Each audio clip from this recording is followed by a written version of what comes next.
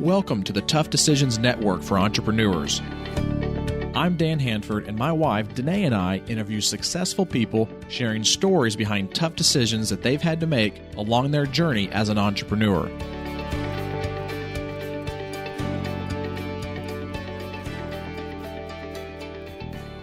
On the podcast with us today is Dan Meadors. Dan, welcome to the podcast. Hey, thanks for having me on the show. Well, Dan, I want you to get us started and talk to us a little bit about you and your background as it relates to entrepreneurship.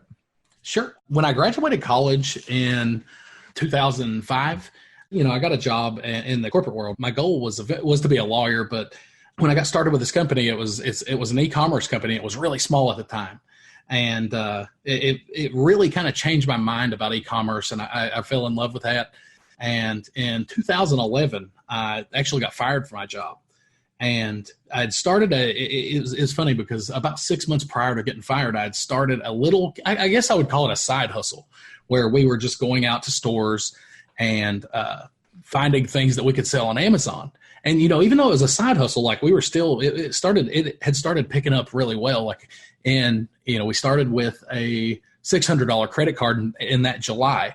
And by December, we were doing $50,000 in sales a month, just with that original $600 credit card. So when I got terminated, it was like super scary, but I was able to kind of adapt into this business. And since then, it's just like we've grown and scaled that business to the multimillion-dollar level. I think at this point, we've done about $25 million in sales online on Amazon alone. And in 2015, I kind of got brought an opportunity that I honestly didn't think would work out at the time, but it's kind of been like our greatest gift. One of our buddies who was more into the digital marketing space had talked to us, and he was like, "Hey man, you guys are doing some really incredible stuff. Like, I'm sure other people would want to learn about this." And we wasn't convinced that it would be, that people would care. Like for us, it was just our job. And we ultimately did create a course, and that kind of opened our eyes because, whenever we had clients, and then we got to see those success stories. My road through entrepreneurship has been through our business. And then at this point, we have thousands of successful students. So I've been involved in a lot that way as well. So what kind of products are you selling on Amazon? It's kind of crazy because we started out really niche based. Like me and Eric cared originally about toys, and that's what kind of got us into Amazon. So we were looking for cool collectible toys and short printed items and things like that. But over time, honestly, we've kind of moved our model, and so, we don't go out and shop in stores anymore and stuff like that. And instead, we work directly with manufacturers and brands to be an authorized seller of their products on Amazon. And in that space, we carry pretty much everything. Like we carry anything from vegan dog treats to regular just household goods. But for us, like what we've really dialed into and kind of our specialty is it's less about the products that we carry and more about the people that we work with when we carry them. So, we build really good relationships with vendors, and ultimately that's our goal. And are most of your products shipped through the FBA program, or do you stock them and ship them from a warehouse? We exclusively utilize FBA because ultimately, like for us, that was a big point of leverage. I mean, when we started out, we were extremely bootstrapped. We didn't have the ability to hire lots of employees. So utilizing the Amazon FBA system allowed us to be able to operate at scale without having to have the internal infrastructure to do it. Well, and I'm sure along this entire process of putting either the actual FBA wholesale program together, as well as you starting the business to get to the point where you have this program, you've probably had some tough decisions along the way. And so I want to dive into one first that we call the sore thumb tough decision, and have you talked about a decision that you had to make in this entire process that did not have that good of an outcome, and some of the lessons you learned through it. Sure, it's funny because in business, you face lots and lots of these tough decisions. That's why I love your guys' podcast. Is you don't only talk about the things that worked well. It's the tough decisions that didn't work well. And I remember one time we'd started working with this distributor, and we didn't have a great relationship, and we were still really green in the process, and didn't necessarily know all the tricks to research a product to make sure that bad things didn't happen. And this deal came across our table. And at the time, on paper, it looked amazing. but we were incredibly bootstrapped, so it was ultimately it was going to cost about $10,000. Well, we only had about $10,000. Like it was every single dollar we had. And we did decide to pull the trigger and bought the product. And it was, we talked about it for literally hours about how this could, if we do this, it has to work out. And it didn't work out. Like we later on, we found out that, we thought we were buying the entire run of product, and we were actually only buying about a sixth or an eighth of it. So it was going to be 6 to 8 times more competitive. We didn't have the big end. Typically whenever you buy all of a product line, you're able to kind of raise the price towards the end as you're running low on units and really bump your profit margins. But that just wasn't going to be an option for us. And it was going to take 6 to 8 times longer to sell through. And that was assuming that, other sellers weren't dropping the prices and trying to be incredibly competitive. So whenever we got that deal, it was absolutely a nightmare for us. And we had to, anytime, that's the thing about, I think about business is, you have to make tough decisions, but whenever you are going to make some that don't work out, you really do have to double down and find a solution and be creative. And that's ultimately what we did. Is like, while it didn't work out, I was able to work on a relationship with another vendor, and we traded products back and forth. And while, we didn't end up making a lot of money on this deal, we did get out of it and survive. So what do you do now as you move forward to make sure that kind of stuff doesn't happen on future products that you want to bring on? Oh, for sure. No, I mean, that actually just changed our process entirely. We've got better research methods in place, particularly on the front end. Like we were able to, we found ways to research the longevity of a product and understand, it's sustained sales over time. We've got, and ultimately we learned that, it's best to operate with vendors that and can trust. Like that was a big part of it. So it really fundamentally changed our business. Like now, instead of just working with, hundreds of vendors, we really do dial into the ones that we can develop real relationships with, where we can have that trust that goes back and forth. Mm-hmm. And did you end up doing any more business with that group that had done that to you to begin with? Absolutely not. I figured you probably wouldn't, but maybe they made a mistake or something, No. It was kind of funny because after it was all said and done, we talked to them. It's like, hey guys, can you work with us on some of this? Because that was our first thing. Is whenever you find solutions, it's about trying to. You have to dial into everybody, and it was at this point, this purchase was likely going to put us out of business. So we went back to them and it's like, hey guys, can you tell us a little bit more about this situation? And they were like, yeah, we had, I can't remember honestly if it was a sixth or an eighth. And it's like, well, why didn't you mention that to us? Like we asked if it was all of it. And they were like, well, yeah, it was all of ours. It was all of our part of the closeout. And it's like, why would you say that? Like, why wouldn't you just tell us the truth and let us make the real decision? Is there any way you could work with us on taking some of it back or working on payments or something just to let us breathe a little bit and give us some cash flow? And they wouldn't. And ultimately, that proves that really does prove that their motivations in this instance were just self-serving. Like they weren't willing to work. Right. And they weren't willing to work with us on a partnership or anything like that. And it's kind of crazy because you hit it right on the head right there. It is really short term when people think like this. And had we had a great experience or had they worked with us, that interaction right there would have sent them tons of business, because now we work with literally thousands of Amazon sellers and thousands of businesses. And if, for the vendors that help us or work with us, like we can send them massive amounts of business just through our network. So it's, I think it really did that kind of short-sightedness really does cost people a lot in the long term. So let's shift here a little bit and talk about a different tough decision that had a really good and positive outcome in some of those lessons. Yeah, absolutely.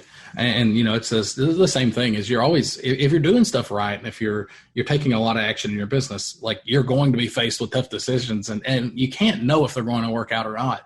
And with this particular one, we brought on one of our team members, and it was this kid. He had been, we realized that kind of the future for us, we needed to get better at implementation of technology. And that's something that me and Eric have always struggled with. My original business partner. And it's, we're good at being on the phone and making deals and talking to people, but like I'm not a super tech savvy guy. And that's the role that Dylan ultimately was going to be able to play for us, is he was going to be able to help us accelerate that part of our business. But the problem is he was leaving a job, a really stable job. He worked at a college, and he was leaving a job where he actually made more money than me and Eric. We couldn't pay him enough, but ultimately just to be able to get his paycheck, just to get him to be interested in making the move. Like, he did take a pay cut when he joined us, but he couldn't literally take half pay or something like that. Me and Eric took huge pay cuts to be able to afford him. And it was a super tough decision because at the time, I had a family. I had 2 kids. Eric had 3 kids at the time and a family. And we literally had to sit there and decide what was the actual bare minimum we needed to survive to be able to afford to bring Dylan on. And, fast forward a little bit, it put us in a tough position, not just making it, but for months afterwards, while, we were basically living on no money. But fast forward to today, like Dylan has been an insanely valuable member of our team, to the point that he's a third owner with us now. He's an equal partner in our business because he has worked out so well and he has delivered. So while it was a horribly tough decision, it was one that worked out incredibly well. So what are some strategies that you use when you're facing some of these types of tough decisions? Well, it's number one, I think you just have to look at where you want to be. It's not about the immediate term. And if we had been making a decision for Dylan in that instance on immediate term, like we understood that, number one, we were going to have to take huge pay cuts. Number two, it was definitely going to be a stretch on our company. And beyond that, like the position he was in, he was going to have to learn and catch up and things like that. So it was, he wasn't even going to be monetized for probably 6 to 8 months. Like, it was just going to be an actual loss for us while he was learning the system and learning how he could make his impact. But as far as like understanding those decisions, I think a lot of it depends on understanding where you want to be and where you want to go. And we knew ultimately that we needed a high level hire like that. We needed somebody who would be able to implement for us to be able to get to the point that we wanted to be at. So I think that's probably the biggest factor for us, is we really do try to make it in alignment with where we want to be. But more importantly, I think if it involves people, like, if you're facing a tough decision that involves people, you really have to understand the person. Like, are they in alignment with your business? Do they share that common interest? Like for us, we knew that Dylan did, because the guy was willing to take a pay cut and go from a stable job. And, it was crazy when we interviewed him. It's like, hey man, like we really can't afford you. Like we want to, but we can't. And so you're going to have to take a leap of faith if you want to join us. And we understand if you don't want to. So we were really transparent with him, and he knew the risk he was taking, but it showed us that he was buying in as well, and that we were aligned. And I think that's a key factor as well, is alignment. So we're going to take a quick break here, and when we come back, we're going to be talking to Dan about a series of quick questions and answers that we call the Trifecta. Have you ever thought about investing in real estate, but find yourself so busy that you don't have time for it? Do you have FOMO, which is the fear of missing out? At HanfordCapital.com, we help investors with passive real estate investments that project better returns than traditional investment vehicles such as the stock market. If you'd like to find out more about our passive real estate investments, visit HanfordCapital.com. That's HANDFORD Capital.com. We will jump on a call with you to discuss your investment goals and to see if our investments are a good fit for you. This advertisement is not to be construed as an offer or recommendation to buy or sell a security. Visit HanfordCapital.com. All right, we are back. And Dan, I want you to get us started with this series of quick questions and answers called the Trifecta by talking to us about your favorite technology that you use in business that helps make your life easier every day.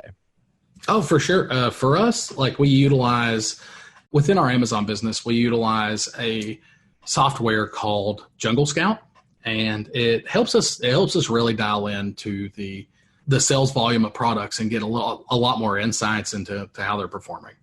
And what's a favorite quote that you've heard that's helped you make better decisions as an entrepreneur? It's a great question. I don't want to butcher it. That's the problem. When focus and preparation meet, great things happen. Definitely butchered it, but it's very similar to along those lines. And what's the favorite book that has helped you make better decisions as an entrepreneur? There's so many good ones. I love The Goal, and that one's been really impactful for us. But recently, it really has been kind of the 4-hour work week, and it's helped us learn how to outsource and make more efficient decisions. And that was one of the things that we struggled with a long time. But there's so many good books out there. Like I love Ready, Fire, Aim. That's another fantastic one too. And what's the next thing for you right now on your vision or dream board?